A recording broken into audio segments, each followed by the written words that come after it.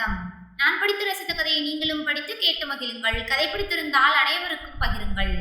என் பெயர் நிர்மலா. எனக்கு திருமணமாகி 6 மாதம் ஆகிறது. நான் பட்டப்படிப்பு முடித்துவிட்டு மேல் படிப்பு படிக்க வேண்டும் என சொன்னபோது படித்த வரை போதும் என சொல்லி என்னை திருமணம் செய்து கொள்ளுமாறு கட்டாயப்படுத்தினர். பெற்றவர்களையும் அவர்கள் என் மீது வைத்துள்ள பாசத்தையும் உடைத்தெறிய மனமில்லாமல் திருமணம் செய்து கொள்ள சம்மதித்தேன். நிறைய வரன்கள் பார்த்துவிட்டு எதுவும் அமையாமல் கடைசியாக என் கணவரின் ஜாதகம் வந்தது. பொருத்தங்கள் அனைத்தும் இருக்க எங்கள் திருமணம் நடந்து முடிந்தது. அன்று எனக்கும் என் மாமியாருக்கும் நடந்து முடிந்த சண்டை என் மாமியாரின் சுயரூபத்தை எனக்கு காட்டிக் கொடுத்தது. என் கணவர்தான் என் வாழ்க்கையின் அத்தனை பிரச்சனைக்கும் காரணம் என நினைத்திருந்தேன். நல்ல வேளை இந்த சண்டை நடந்தது நன்மைக்கே என நினைத்து கொண்டேன். என் மாமியாருக்கு வந்த போன் எனக்கு அவரையும் அவர் திட்டத்தையும் வெட்ட வெளிச்சமாக்கியது. மனதிற்குள் உறுத்தி கொண்டிருந்த அத்தனை கேள்விகளுக்கும் விடை கிடைத்தது. என் கணவர் பற்றியும் தெரிந்து கொள்ள முடிந்தது. எனக்கு திருமணமாகி என் வாழ்க்கை நல்லபடியாக சென்று கொண்டிருந்தது. என் கணவருக்கு உடன் பிறந்த தங்கை ஒருத்தி இருந்தாள். அவள் பெயர் பாரதி. அவளுக்கு திருமணமாகி 3 ஆண்டுகள் கடந்திருந்தது. ஒரு குழந்தையும் இருந்தது. என் கணவரின் வீட்டை விட 2 மடங்கு வசதி படைத்தவர்கள். நல்ல அழகியான இவளை பார்த்துவிட்டு அவர்களது மகன் பாரதியைத்தான் திருமணம் செய்வேன் என சொல்ல அவனது பெற்றோர்களும் வசதி குறைந்தவர்களாக இருந்தாலும் பரவாயில்லை என பாரதியை தங்கள் வீட்டு மருமகளாக்கி கொண்டனர். என் மாமனார் பெயர் கந்தன். அவர் அரசு நிறுவனத்தில் பணியாற்றி ஓய்வு பெற்றவர். அவருக்கு வரக்கூடிய பென்ஷன் தொகையே வீட்டின் செலவுகளுக்கு போதுமானதாக இருந்தது. என் கணவர் படித்து முடித்துவிட்டு சம்பாதிக்க ஆரம்பித்தவுடன் தன் தங்கையின் திருமணத்திற்காக வாங்கியிருந்த சிறு கடனை அடைத்துவிட்டு தன் திருமணத்திற்காக சேமிக்க தொடங்கினார். அதனால் நான் திருமணமாகி வந்தபோது கடன் எதுவும் இல்லை. நானும் என் கணவரும் ஹனிமூனுக்காக மூணாறு சென்றிருந்தோம். அங்கு நாங்கள் தங்குவதற்கு அனைத்து ஏற்பாடுகளையும் என் கணவர்தான் செய்திருந்தார். பகலில் நன்றாக சுற்றி பார்த்துவிட்டு இருள் சூழத் தொடங்கியதும் எங்கள் அறைக்கு சென்றோம். பின்னர் இருவரும் குளித்துவிட்டு எங்களுக்கு வேண்டிய உணவை ஆர்டர் செய்தோம். உணவை சாப்பிட்டு முடித்தோம். குளிருக்கு இதமாக என் கணவர் என்னை கட்டி அணைத்து கொண்டார். சிறிது நேரத்தில் எனக்கு உடம்பு சரியில்லாமல் போக வேகமாக அருகில் இருந்த மருத்துவமனைக்கு சென்றோம். டாக்டர் என்னை பரிசோதித்துவிட்டு உணவுதான் காரணம் என சொன்னார். மிகப்பெரிய ஹோட்டல், உணவு எப்படி காரணமாக இருக்க முடியும் என நினைத்து கொண்டே எங்கள் காரில் வந்து கொண்டிருந்தேன். என் கணவரோ மிகப்பெரிய ஹோட்டல் என்பதால் எந்த பிரச்சனையும் வேண்டாம் என சொல்லிவிட்டார். இருந்தாலும் என் மனம் கேட்கவில்லை. நாங்கள் எங்கள் அறைக்கு வர மணி 3 ஆகிவிட்டது. பிறகு 2 பேரும் நன்றாக தூங்கிவிட்டோம்.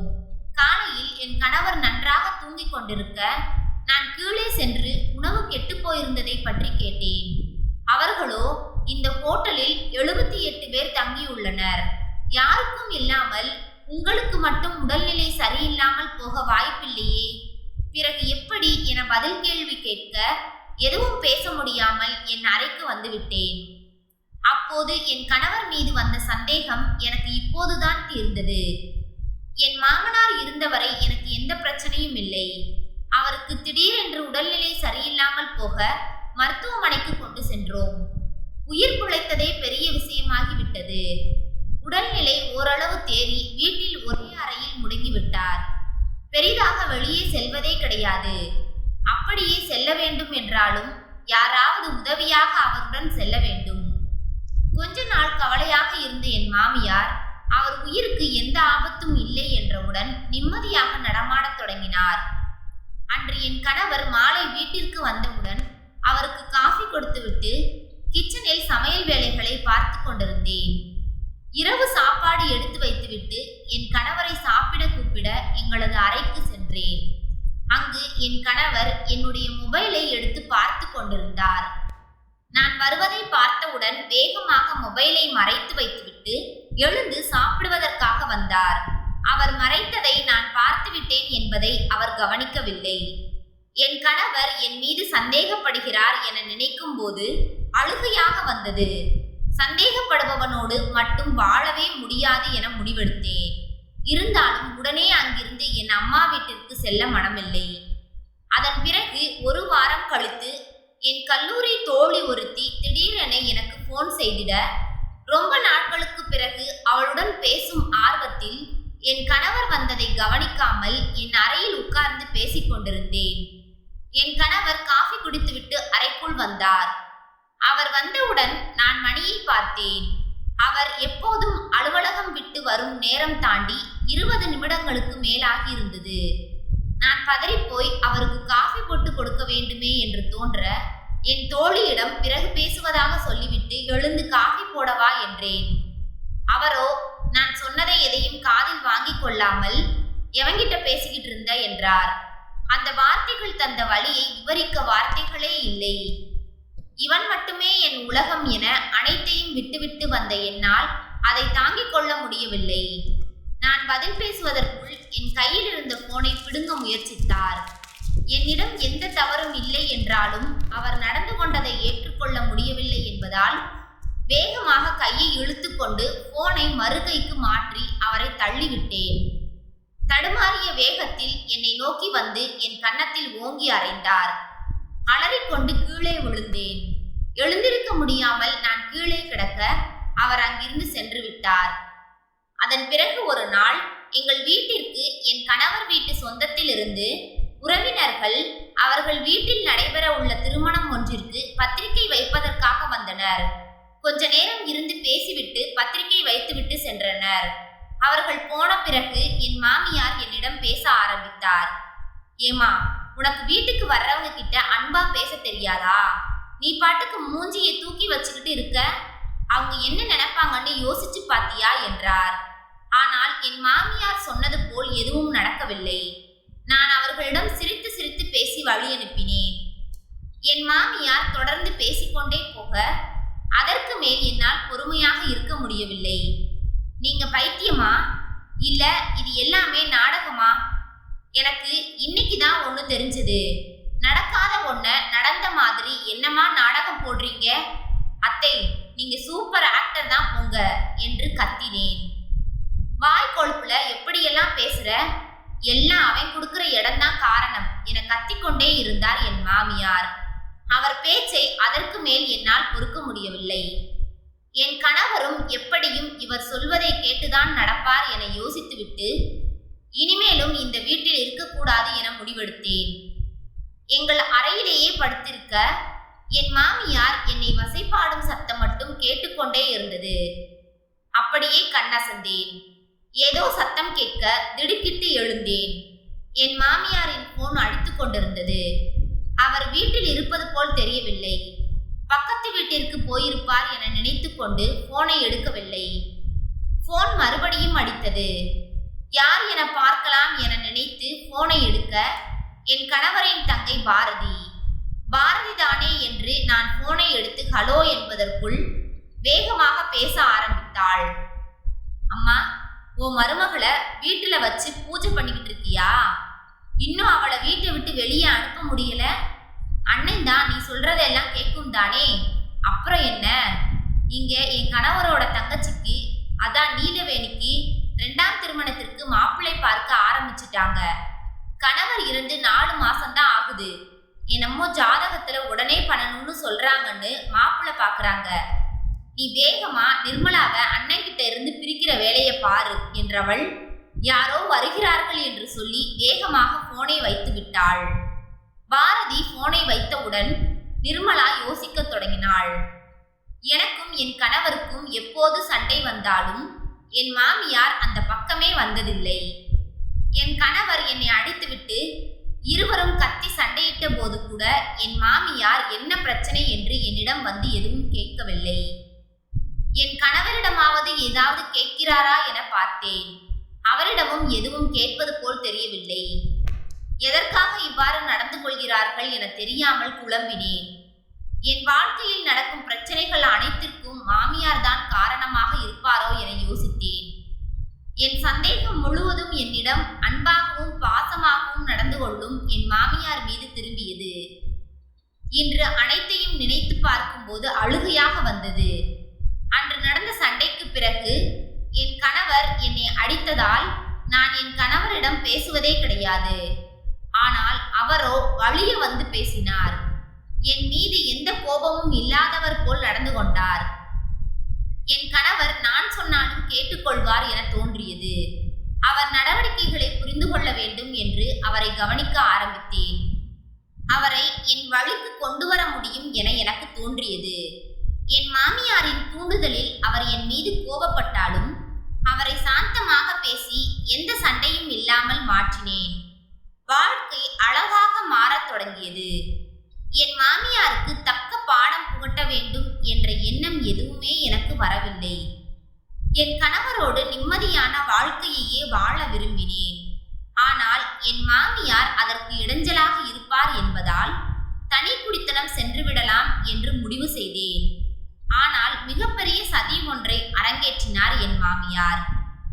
ஒரு நாள் அலுவலகத்திலிருந்து என் கணவர் வீட்டிற்கு வந்தவுடன் என் கணவரிடம் பேசிக் கொண்டிருந்தார் என் மாமியார். என்ன பேசுகிறார் என தெரிந்து கொள்ள முயன்றேன். ஆனால் எதுவும் காதில் விழவில்லை. எங்களது அறைக்கு வந்த என் கணவரிடம் அது பற்றி கேட்க ஒன்றுமில்லை என மழுப்பினார். அடுத்த நாள் என்னை விவாகரத்து செய்ய விடுதலை பத்திரத்தை கொண்டு வந்து நீட்டினார் என் கணவர். என்ன செய்வதென்றே தெரியாமல் ஏன் என கேட்க வேகமாக உள்ளே வந்தார் என் மாமியார். குழந்தை இல்ல, அதான் உன்னை விவாகரத்து பண்ண சொல்லி நான் சொன்னேன். என் மகனும் சரின்னு சொல்லிட்டான்.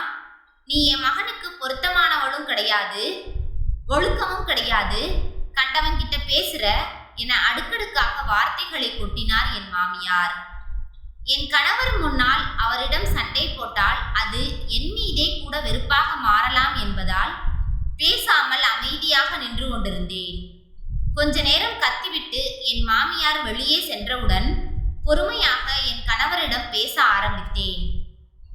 என் மாமியார் மற்றும் என் கணவரின் தங்கையும் சேர்ந்து செய்யும் சதித்திட்டத்தை அவரிடம் சொன்னேன். அவர் பொறுமையாக கேட்டுவிட்டு நான் வேறு யாரையும் திருமணம் செய்ய மாட்டேன் என்று சொன்னவர் அவர் அம்மா சொன்னபடி விவாகரத்து பத்திரத்தில் வேகமாக கையெழுத்து போட்டுவிட்டு அதை என்னிடம் நீட்டினார். நான் அதை வாங்கிக் கொண்டு இவரை வழிக்கு கொண்டு வர வேண்டும் என முடிவு செய்தேன். ஒரு வாரம் யோசித்துவிட்டு பிறகு கையெழுத்து போடுவதாக சொல்லி வைத்தேன். என் திட்டத்தை செயல்படுத்த ஆரம்பித்தேன். என் கணவர் வேலைக்கு சென்றவுடன் என்னை பார்ப்பதற்காக ஒருவர் என் வீட்டிற்கு வந்தார். என் மாமியார் சென்று கதவை திறப்பதற்காக நான் காத்திருந்தேன். அவர் சென்று கதவை திறந்துவிட்டு யார் நீங்கள் என கேட்டுக்கொண்டிருக்க எனக்கு வேண்டியவர்தான் என சொல்லி உள்ளே அழைத்து உட்கார வைத்தேன். கொஞ்ச நேரம் பேசிவிட்டு அவர் கிளம்பி சென்றவுடன் என் மாமியார் யார் இவர் என்றார். அவர் திருமண புரோக்கர். எனக்கு கல்யாணத்திற்கு நல்ல மாப்பிள்ளையாக பார்க்க சொன்னேன். அதனால் மாப்பிள்ளை போட்டோக்களை கொடுத்துவிட்டு போனார் என்றேன். என் மாமியார் கோபத்தின் உச்சிக்கே சென்றார். எவ்வளவு தைரியம் உனக்கு? என் மகன் உயிரோடு இருக்கும் போதே இப்படி ஒரு காரியம் செய்ய உனக்கு எப்படி துணிச்சல் வந்தது என்று கத்தினார். ஏன், நான் உயிரோடு இருக்கும்போது உங்க மாப்பிள்ளையோட தங்கைக்கு என் கணவரை திருமணம் செய்ய முயற்சி பண்றீங்கல்ல, அதை விட இது ஒன்றும் அவ்வளவு பெரிய காரியம் இல்லை என்றேன்.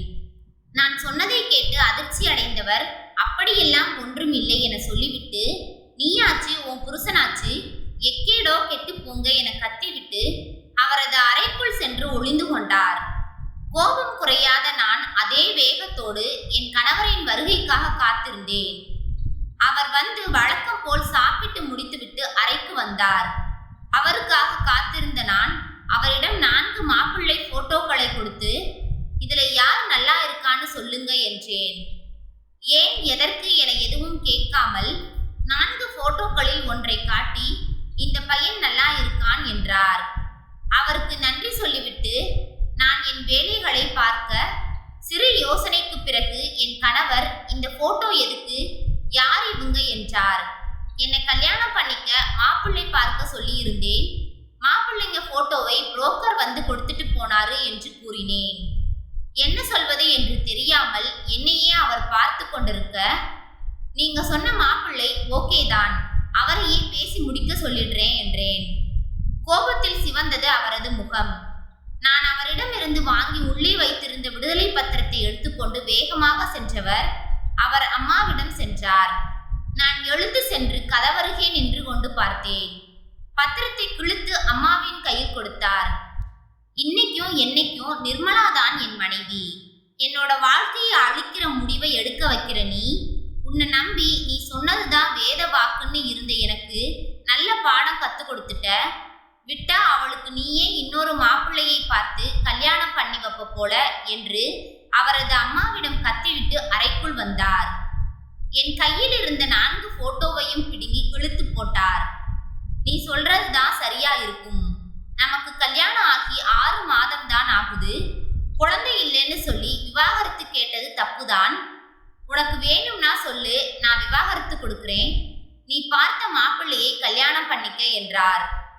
நான் சிரித்துவிட்டு அந்த போட்டோ கூகுள்ல டவுன்லோட் பண்ணி பிரிண்ட் போட்டது சும்மா உண்மையை நீங்க புரிஞ்சுக்கணும்னு தான் ஒரு டிராமா என்று சொல்லி அவரை கட்டிப்பிடித்து கொண்டேன். நாங்கள் புது வீட்டுக்கு தனி குடித்தனம் போனோம். எப்போதாவது மாமியாரை சென்று பார்த்து வருவதோடு சரி. என் கணவர் அவர் அம்மாவிடம் பேசுவதையே நிறுத்தி கொண்டது போல் எது பேசினாலும் 2 வார்த்தைகளில் பேசிவிட்டு வந்து விடுவார். எங்கள் வாழ்க்கை நிம்மதியானது. 1 வருடத்திலேயே எனக்கு ஒரு அழகான ஆண் குழந்தை பிறந்தது. வாழ்க்கை என்றும் அழகானது. நாம் தான் அதை அழகாகவே வைத்துக் கொள்ள வேண்டும். நன்றி. கதை பிடித்திருந்தால் லைக் பண்ணுங்க, ஷேர் பண்ணுங்க, சப்ஸ்கிரைப் பண்ணுங்க. உங்களுடைய கருத்துக்களை கமெண்ட் பாக்ஸில் தெரிவிக்கவும். தங்கள் ஆதரவிற்கு நன்றி.